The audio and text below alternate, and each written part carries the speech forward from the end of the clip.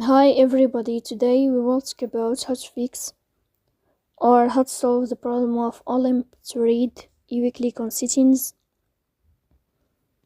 In this page we click on apps, default apps, app settings.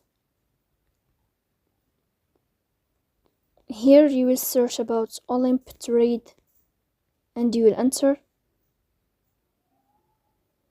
Here in this page of app info, you will click on first stop and you will click OK. Then you will enter to the window of storage. Here you will click on clear cache. Then we go to Play Store. You will search about Olymp to read. If you find updates here, then you will update your app. So that's all. Don't forget to support us by like and subscribe. See you.